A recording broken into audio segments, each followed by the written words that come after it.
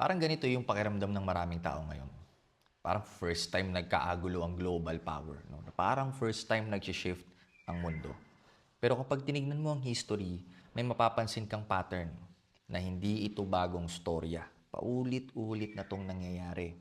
Halimbawa, balikan natin ang late 1800s hanggang early 1900s. Noong panahong yon, ang pinakamalakas na kapangyarihan sa mundo ay ang British Empire. Sobrang lawak ng impluensya nila. Kontrolado nila ang major trade routes ng mundo.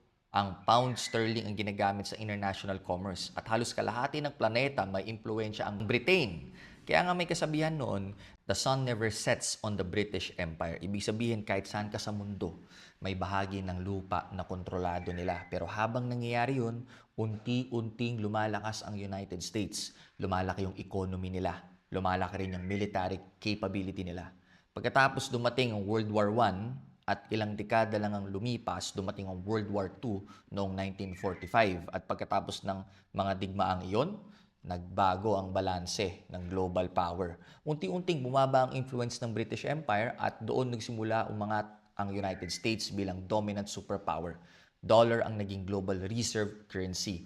Nabuo ang mga institusyon at alliances na nag-shape ng global system for almost 80 years. Pero ngayon maraming analyst ang nagsasabing posibleng papasok na naman tayo sa isa pang phase ng history, hindi na isang bansa lang ang dominant. Ang tawag dito, multipolar world. Ibig sabihin, maraming powerful nations ang sabay-sabay may influence sa global system like United States, China, iba pang regional powers. At kapag nangyari ito sa history, nagbabago na ang rules ng laro.